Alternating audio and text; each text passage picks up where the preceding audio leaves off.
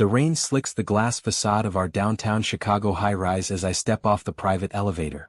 In my coat pocket, my fingers wrap around a heavy metallic object, the customized brass keys to a sprawling lakefront estate in Evanston. Today marks 5 full years with Julian Miller. I bought the house in secret as a surprise, using the personal wealth I accumulated through Vance Holdings. I quiet my footsteps on the polished hardwood entry of our penthouse, expecting to find candlelight and a bottle of vintage wine. Instead, loud laughter echoes from the living room, punctuated by the sharp clink of crystal glasses. To the newest vice president of Crestview Capital, a smooth, unfamiliar female voice purrs. I stop near the foyer wall, my heart skipping a chaotic beat. I peek around the corner. Julian sits on the Italian leather sofa, pouring champagne for Victoria Sterling, his ambitious senior colleague whose father owns a controlling interest in Crestview. "I still can't believe you pulled this off, Julian," Victoria says, leaning closer to him. Her diamonds catch the ambient warm light. "Are you absolutely certain these operational blueprints are genuine?" Julian smiles, taking a deep sip from his glass. "Every single line, Victoria. These are the proprietary trading algorithms and core operational blueprints for Vance Holdings. I copied them directly from Clara's personal drive while she was at the office last night." My stomach drops into an absolute abyss. Cold air rushes into my lungs. "You're a genius," Victoria giggles, tracing a finger along Julian's lapel. "My father was thoroughly impressed during our morning conference. He guaranteed your promotion the moment these trade secrets are officially integrated into our system tomorrow." "I did what I had to do," Julian replies, his tone casually dismissive. "Clara has been hoarding those assets for years under that quiet holding company of hers. She doesn't even have the ambition to leverage them properly. She sits on millions while dressing like a school librarian." Victoria bursts into sharp, ringing laughter. "She really is utterly plain, isn't she? No taste, no social presence, always wearing those boring gray suits. How on earth did you survive 5 years with someone so aggressively dull?" "It was an investment that ran its course," Julian says, standing up and pouring himself another glass. "I needed a quiet, supportive partner while I climbed the ladder at Crestview. Clara provided a comfortable apartment and cooked dinner while I built my career. But let's be honest, Victoria, she was holding me back from real status." "So when are you finally dumping her?" Victoria asks, her eyes shining with cruel amusement. "I won't be seen in public with a man who still sleeps next to a mid-level financial strategist." "Tonight," Julian answers without a second of hesitation. "The moment she walks through that door, I'm handing her a lease-release form. I've already packed my secondary luggage. By midnight, I'm moving into the corporate suite at the Drake." "You aren't even going to give her a proper explanation?"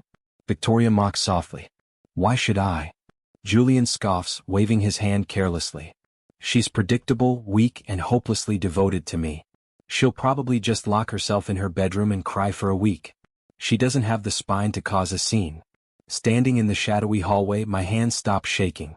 The sharp, blinding pain in my chest vanishes, replaced by a sudden, icy stillness. 5 years of unwavering loyalty, late-night meals cooked with care, and quiet emotional support, all reduced to a stepping stone for a man who traded my trust for a corporate title.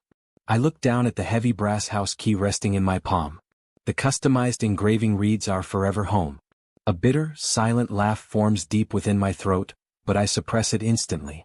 "Should we open another bottle to celebrate?" Victoria asks, setting her empty glass on the marble coffee table. "Let's wait until I give Clara her notice," Julian replies with a smirk. "Watching her realization will be the real celebration." I step backward on the plush rug, moving with silent precision toward the heavy front door. I gently turn the brass handle, slip out into the carpeted hallway, and let the latch click softly into place without making a sound. The private elevator doors slide open with a quiet chime. I step inside and press the button for the underground parking garage. As the elevator descends, I pull my phone from my coat pocket and dial my younger brother's private line. "Ethan?" Marcus answers on the second ring, his voice crisp and sharp. "It's late. Is everything okay with the anniversary plans?" "Marcus," I say, my voice completely steady, devoid of any tears or trembling. "Are you still at the Vance Holdings legal office?" "Always," Marcus replies, instantly detecting the change in my tone. "What happened?" "Julian just transferred our proprietary trading algorithms and core operational blueprints to Victoria Sterling," I state plainly. "He traded them to Crestview Capital in exchange for a vice president position." A heavy, furious silence hangs on the line for 3 seconds. That traitorous idiot, Marcus growls softly. I'll file an immediate criminal injunction and freeze his accounts by midnight. No, I interrupt firmly as the elevator reaches the basement floor. Don't touch his personal accounts yet. Is our buyout agreement for Crestview Capital's debt portfolio ready for execution? It's sitting on my desk, fully drafted, Marcus confirms. We hold 80% of their distressed operational bonds. We can trigger the debt-to-equity conversion clause whenever you give the word. Execute the buyout first thing tomorrow morning, I instruct, walking toward my black sedan. Acquire the controlling shares and buy out the firm. Let Julian celebrate his new position tonight. And what about his breakup? Marcus asks carefully. He thinks I'm weak, Marcus, I say, opening my car door. He thinks I'm going to cry. Tomorrow I'm going to show him who actually owns his entire life. The glass tower of Crestview Capital glimmers under the pale morning sun as I sit behind the desk of my corner office. My hands rest flat on the dark polished mahogany. I wear a tailored navy blazer, my hair pulled back tightly. No tears were shed last night. Only cold, precise planning took place in my lakefront home. The frosted glass door swings open without a polite knock. Julian walks in, his posture brimming with an insufferable, newfound arrogance. He wears a brand-new charcoal suit, his silk tie gleaming. In his left hand he carries a sleek leather folder. "Good morning, Clara," Julian says, his tone dripping with fake, practiced sympathy. "I see you made it in early." "Julian," I reply softly, keeping my expression completely neutral. "You didn't come home last night?" He chuckles softly, pulling out the leather chair across from my desk and sitting down, crossing one leg over the other. "Let's skip the dramatic domestic routine, Clara. We both know where this is going." He tosses the leather folder onto the center of my desk. It slides across the polished surface, coming to a stop near my folded hands. "What is this?" I ask, glancing down at the document. "That is a formal release for our residential lease," Julian explains, smirking as he leans back. "Alongside a legally binding notice of personal separation drafted by my private attorney. I've already signed my part. You just need to sign Section 4. "A separation notice?" I ask, meeting his eyes directly. "On the morning after our 5th anniversary? Let's be realistic," he says, waving his hand dismissively. "We had a decent run, but we operate in entirely different leagues now. I was promoted to Vice President of Portfolio Strategy an hour ago. Harrison Sterling personally signed off on my appointment." "Harrison Sterling signed off?" I repeat evenly. "Yes," Julian brags, his chest swelling with pride. "Harrison recognizes true executive talent when he sees it. He guaranteed me a lifelong seat on the senior board.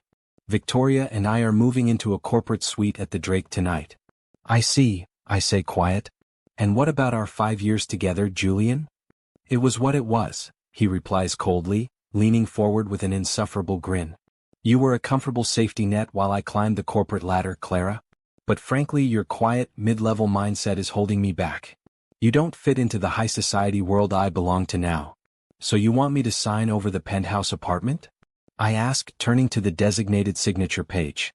"I don't just want you to sign the lease release," Julian sneers condescendingly. "I strongly advise you to submit your resignation to Crestview by the end of the day. Pack your plain little suits and leave the Chicago finance industry entirely. You just don't have the instinct for big league corporate politics." "You really believe I don't have the instinct, Julian?" I ask, picking up my silver fountain pen. "Look at you," he laughs softly, shaking his head. "You aren't even crying. You're so utterly dull and passive that you can't even muster an argument when your boyfriend of 5 years dumps you for a better life. It's almost pathetic." I press the nib of the pen to the smooth paper.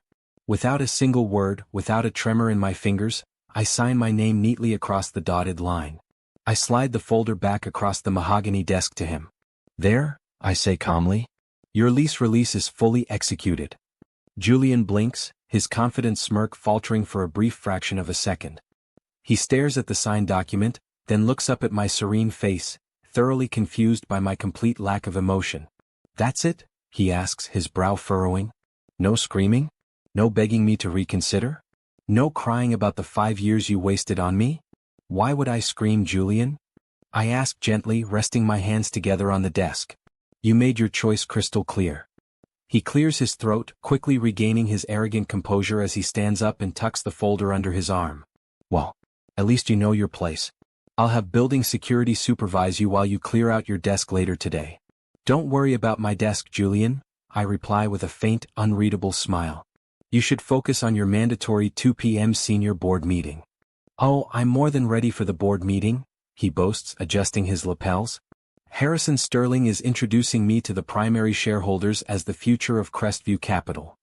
I'm sure it will be an unforgettable meeting, I say softly. He gives me one last patronizing look before turning on his heel and marching out of my office, leaving the frosted glass door wide open. The moment his footsteps fade down the carpeted hallway, my desk phone chimes silently. I hit the speaker button. Clara, my brother Marcus's sharp voice echoes through the small speaker. The debt-to-equity conversion is officially finalized. The Chicago District Court just validated our emergency acquisition filing. What is our exact share percentage now, Marcus? I ask, leaning back in my chair. Vance Holdings now controls 82% of Crestview Capital's voting shares, Marcus reports with a cold, victorious laugh. We own their outstanding operational bonds, their real estate assets, and their primary corporate debt. You are officially the majority owner and ultimate boss of the entire firm. Did Harrison Sterling attempt to block the transfer? I inquire calmly. He couldn't, Marcus explains smoothly. His private equity firm was over-leveraged by $30 million. When we called in their distressed debt obligations at noon, he had no choice but to surrender controlling interest to Vance Holdings to avoid personal bankruptcy. Perfect, I say, looking at the grandfather clock resting against the office wall. The gold hands point to 1:15 p.m. Has Samantha Reed secured the internal audit logs? Sam is standing by with the full forensic banking reports, Marcus confirms. She has concrete proof of Julian's unauthorized asset transfers from last night. Excellent, I say, my eyes narrowing with absolute determination. Assemble the board members in the top floor boardroom at 2 o'clock sharp, Marcus. It's time to introduce Julian to his new boss. The glass walls of the top floor boardroom offer an expansive view of downtown Chicago, but my attention remains focused entirely on the heavy mahogany doors before me. The clock on the wall strikes 2 p.m. Through the clear panel, I watch the senior executives file into their seats around the giant oval conference table. Julian sits near the head of the table, his posture rigid with newfound arrogance. Victoria sits directly to his right, her diamond necklace catching the overhead recessed lighting as she laughs loudly with a senior board member. I am telling you, Arthur, Julian boasts loudly, his voice easily carrying through the room. The new operational blueprint I brought to the firm this morning will revolutionize our entire algorithmic trading portfolio. My promotion to Vice President of Portfolio Strategy is merely the first step. It is truly brilliant work, Julian, Victoria chimes in, casting a condescending glance toward the empty seats. My father recognized his genius immediately. Honestly, it is a massive upgrade over the mediocre talent we used to tolerate around here. Speaking of mediocre talent, Julian sneers, leaning back in his leather executive chair. Has anyone seen Clara Vance? I gave her formal notice to pack her bags and leave the building hours ago. I suppose she was too humiliated to show her face to the board. Victoria giggles softly, taking a sip from her iced water glass. She probably ran home to cry into her plain gray suits. Good riddance. She never possessed the instincts for high-stakes corporate strategy anyway.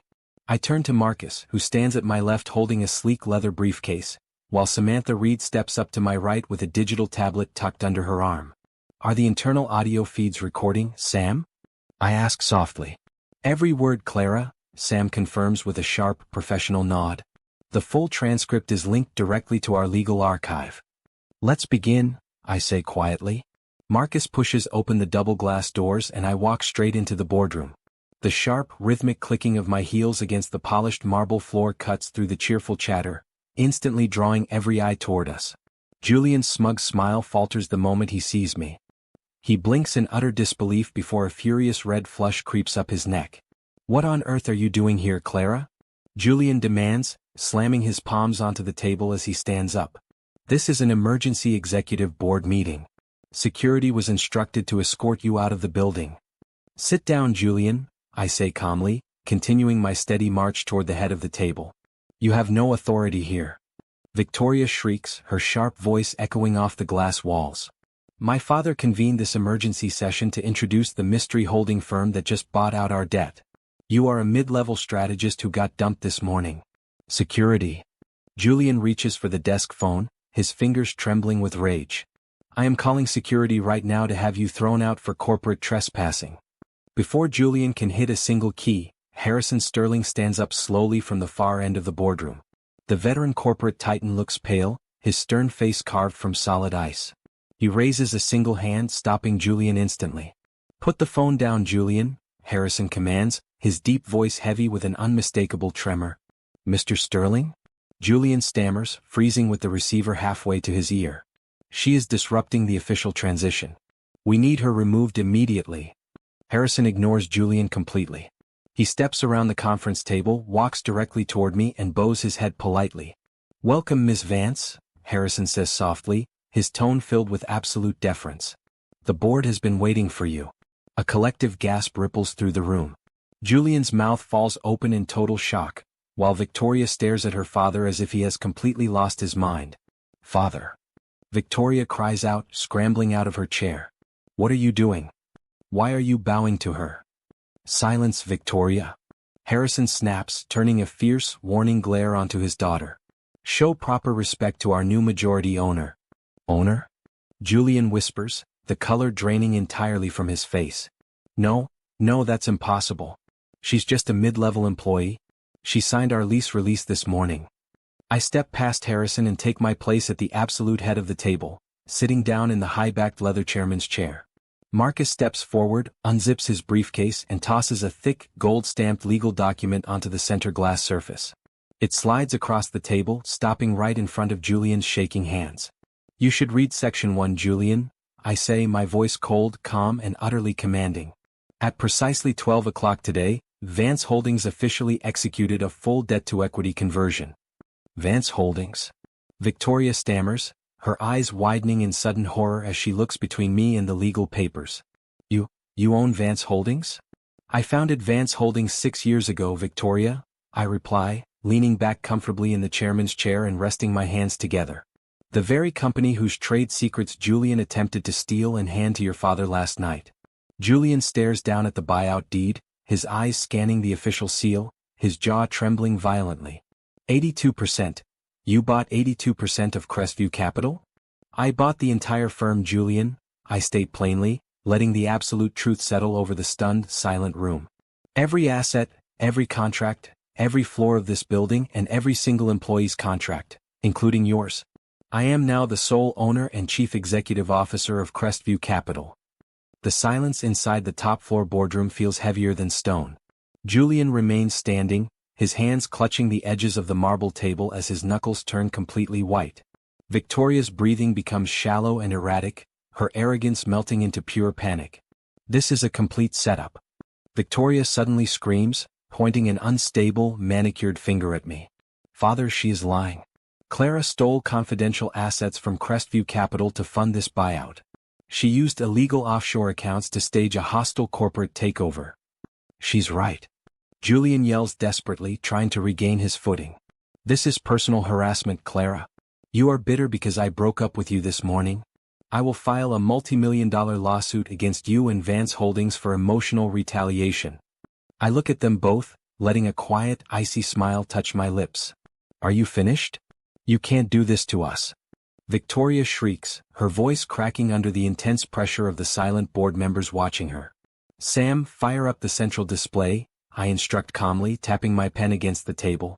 Samantha Reed steps forward without missing a beat.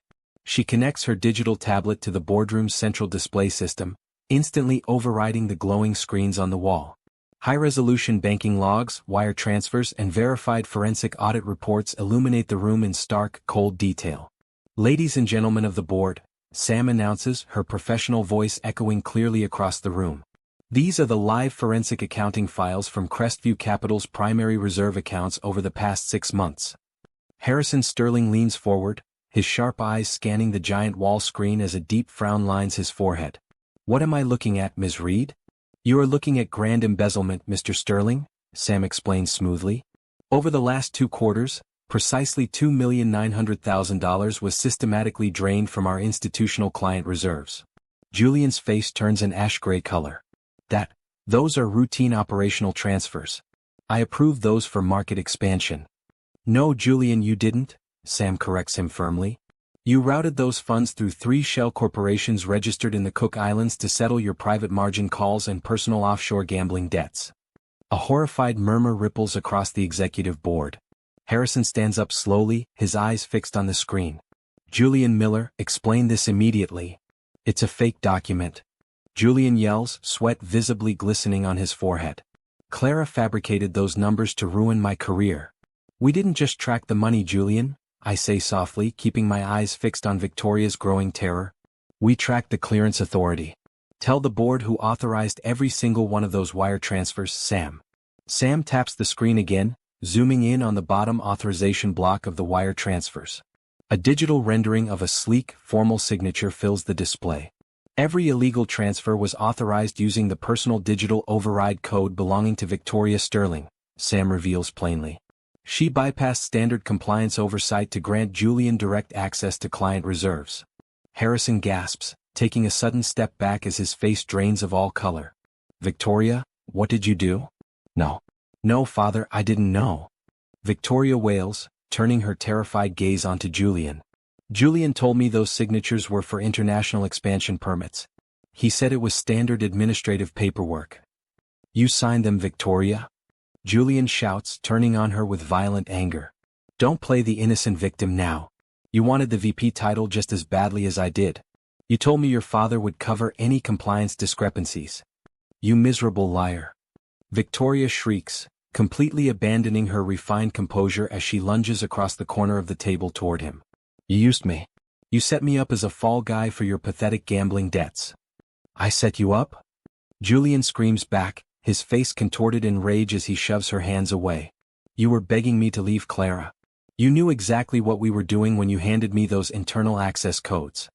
I didn't know you were stealing millions, you monster, she screams hysterically, her hands shaking as tears stream down her face, ruining her makeup. You told me you were a financial genius. You dragged me into federal wire fraud. You dragged yourself in because you're greedy and stupid. Julian roars, leaning over her, his composure completely shattered. You thought you were buying a trophy executive, but you signed every single line yourself. Enough. Harrison Sterling roars, his booming voice cutting through their screaming match like a thunderclap. The room drops back into absolute silence. Victoria stands trembling, sobbing hysterically as she clutches her arms, while Julian stands panting, realizing too late that he has just confessed to federal crimes in front of the entire corporate board. I sit back in my chair, watching the chaotic collapse of their fake empire with complete emotional stillness. The forensic logs have already been uploaded to the United States Attorney's Office for the Northern District of Illinois, Harrison. I see, Harrison says, his voice completely broken as he refuses to even look at his weeping daughter. The Sterling family will offer no legal defense for this negligence. Julian, I say, leaning forward and meeting his terrified eyes directly. Did you really think I was too weak to notice? Julian stammers, unable to form a single coherent sentence as he stares at the woman he dismissed as plain and dull just 24 hours ago. The party is over, I tell them quietly. Now comes the bill. The heavy double-glass doors of the boardroom swung open once again, revealing 2 uniformed federal agents standing alongside a senior investigator from the Securities and Exchange Commission. The room remained dead silent, the weight of total corporate ruin hanging in the ambient air. Clara Vance? The lead federal agent asked, stepping into the room and glancing down at a formal folder in his hand. I am Clara Vance, owner and CEO of Crestview Capital, I replied, standing up slowly from the head of the conference table. We received the automated forensic package and emergency fraud report from your legal team 20 minutes ago, the agent stated crisply. We have warrants for the immediate arrest of Julian Miller and Victoria Sterling regarding $3 million in illegal electronic wire fraud and corporate embezzlement. No, please. Victoria gasped, sinking back into her leather chair as fresh tears poured down her cheeks. Father, do something. Tell them I was tricked. Call our private legal team right now. Harrison Sterling didn't even turn his head to look at her. He stood near the floor-to-ceiling glass window, his face rigid, staring out at the Chicago skyline with absolute, unyielding coldness. Father. Victoria wailed desperately, reaching out toward his arm. You can't let them arrest me. I am a Sterling. If I go to jail, it will destroy our entire family reputation. You destroyed our reputation the moment you signed those illegal wire transfers. Harrison growled, his voice dropping into a low, terrifying baritone. You bypassed compliance, enabled a common thief and brought federal authorities into my boardrooms. You are stripped of your corporate titles immediately, Victoria. I will not post a single dollar for your legal bail, nor will I hire a defense attorney for you. Father, she shrieked, her voice echoing off the glass walls as her world completely shattered. I unclasped the silver latches of my leather briefcase sitting on the table. I reached inside and pulled out 2 crisp, thick legal documents printed on heavy white cardstock. Beside them lay immediate asset seizure demand notices drafted by Marcus earlier that afternoon. I picked up the papers and walked slowly across the polished floor, stopping directly in front of Julian. He was shaking violently, his confident posture entirely gone. Sweat soaked through his expensive charcoal suit jacket, and his eyes were wide, red, and brimming with pathetic, terrified tears. Clara. Julian whimpered, dropping to his knees right beside the conference table, his voice cracking horribly. Clara, please. I am begging you. Look at me. I stood over him, my expression completely flat, my hands holding the termination documents loosely at my side. Clara, please remember our 5 years together, he sobbed, reaching out with trembling fingers to grab the hem of my trousers. I made a terrible mistake. I was blinded by greed and pride, but I love you. You know I love you. Don't touch me, Julian, I said softly, my voice devoid of anger, sadness, or warmth. We built a life together, he wept frantically, clutching his hands together in a desperate posture of prayer. You cook for me, you take care of me. I know I hurt you, but please don't send me to federal prison. Spare me, Clara. Withdraw the forensic reports. I will spend the rest of my life paying you back every single cent. You didn't care about our 5 years when you copied my proprietary algorithms while I slept, I reminded him, looking down into his terrified face. You didn't care about my feelings when you handed my trade secrets to Victoria in our living room last night. I was stupid, he cried out, shaking his head wildly. She tempted me. She offered me a vice president title. You told her I was plain, Julian, I said, letting every word cut through the air with absolute precision. You said I was dull. You told her I was holding you back from real corporate status, and that you couldn't wait to watch me cry when you handed me a lease release. Julian froze, his mouth hanging open in utter horror as the realization hit him like a physical blow. You heard us last night? I heard every single word, I answered calmly. You thought I was weak because I didn't scream or beg when you dumped me this morning. But I wasn't weeping, Julian. I was buying your entire company. Clara, please. These are your formal papers of termination from Crestview Capital, I interrupted, placing the thick documents directly into his shaking hands. Alongside an immediate freeze and seizure notice for all your personal bank accounts, your luxury vehicle, and your investment portfolios to cover the $3 million you embezzled. You are stripping me of everything? He whispered, staring at the paper in his palms as if it were a burning embers. You stripped yourself of everything when you chose greed over loyalty, I replied. The federal agent stepped forward, the heavy metallic click of steel handcuffs echoing clearly through the silent boardroom. Julian Miller, you are under arrest, the lead agent declared, pulling Julian up by his lapels and snapping the cuffs tightly around his wrists. Julian burst into loud, hysterical blubbering as the second officer grabbed Victoria's arm, pulling her out of her chair and cuffing her hands behind her back. Clara, please save me. Julian screamed, thrashing against the agent's firm grip as they began dragging him toward the double-glass doors. Don't let them take me. Clara. Get your hands off me. Victoria shrieked, weeping uncontrollably as she was paraded past the silent board members. Father, help me. Clara, you monster. I stood near the head of the marble table, my hands resting calmly over my briefcase, watching in total silence as the federal agents escorted them out into the hallway. Their frantic, desperate screams echoed down the long corridor until the heavy glass doors finally clicked shut, sealing the room in absolute, beautiful peace. The golden rays of the late afternoon sun streamed through the floor-to-ceiling glass windows of my expanded corner executive suite, bathing the polished mahogany furniture in a warm amber glow. Below me, the Chicago skyline stretches out in stunning clarity, the high-rise buildings reflecting the peaceful horizon. I stand by my desk, reviewing 2 crisp legal documents freshly stamped by the Illinois Northern District Court. The first file contains the completed liquidation reports for Julian Miller's seized personal accounts, high-end vehicle and trading portfolios. The second outlines Victoria Sterling's court-ordered personal bankruptcy filings and mandatory financial restitution schedule. A soft knock sounds against the heavy wooden door frame. My younger brother, Marcus, steps into the suite holding 2 ceramic mugs of steaming hot coffee. "Here is your afternoon black coffee, Clara," Marcus says with a bright, triumphant smile, setting one of the mugs on my desk. "I just got off the phone with our chief auditor, Sam. What are the quarterly figures looking like?" I ask, stepping over to my chair and picking up the mug. "Under our new leadership structure, Crestview Capital's annual projected revenue just hit a record high," Marcus reports, pulling out a chair and leaning back comfortably. "The entire industry knows that Vance Holdings cleaned house. Institutional investors are practically lining up outside our doors because they finally trust our integrity. It's amazing what happens when you eliminate corporate fraud and greed from the leadership table," I say, taking a slow, satisfying sip of coffee. "Have you checked the federal court registry today?" Marcus asks, his tone turning slightly more serious. "I haven't opened the morning legal updates yet," I reply, setting my mug down beside the liquidation reports. "Did the judge officially deliver the final sentencing for Julian's embezzlement case?"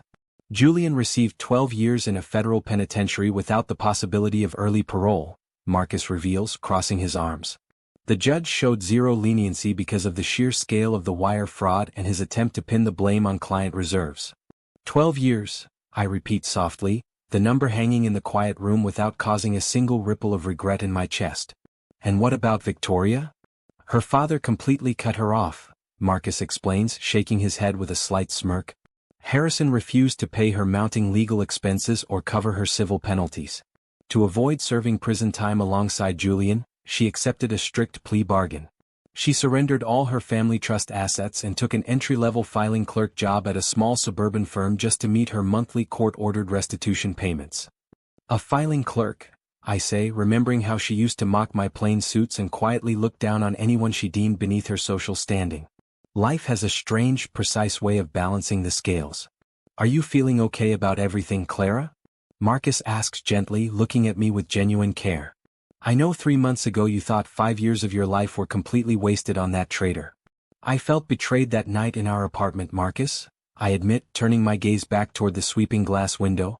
"When I overheard Julian calling me plain and dull, handing away my trade secrets for a corporate title, I felt as though the floor had completely dropped out beneath my feet. I genuinely loved him and I trusted him with my home." "He was an arrogant idiot who took your quiet kindness for weakness," Marcus says firmly. "He did," I agree, a quiet, serene smile forming on my lips. "Julian believed that because I didn't scream, cry, or make a public scene, he had broken my spirit. He thought he was stepping on me to reach the top, never realizing he was walking straight into his own downfall. And now you own the entire firm," Marcus laughs softly, standing up from his chair. "You built an empire while he built a prison sentence. Losing his fake affection wasn't a tragedy at all, Marcus," I say, meeting my brother's eyes with absolute clarity. "It was the best thing that ever happened to me.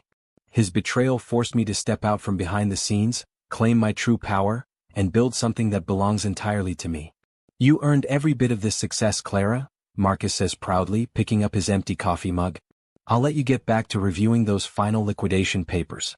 We have the quarterly shareholders gala tonight." "Thank you, Marcus," I say softly. "I'll be ready." He gives me a warm nod and turns, stepping out of the suite and letting the heavy wooden door swing shut behind him, leaving me in absolute, beautiful tranquility. I walk over to the expansive glass window and lean against the frame, holding my mug in both hands. The setting sun paints the Chicago sky in vibrant shades of deep crimson, glowing orange, and soft purple. Looking down at the roaring city streets below, I realize that the heavy weight of heartbreak, doubt, and betrayal has completely vanished from my spirit. I no longer feel the slightest trace of anger toward Julian or Victoria. They chose a path built on deceit, vanity, and shallow ambition, and they reaped the exact consequences of their own choices. I chose patience, strategic discipline, and unshakable self-respect. I take a deep, steady breath of fresh air, feeling the warm sunlight rest against my face. My past is officially closed, my debt is paid, and my future is limitless, unshakable, and entirely my own.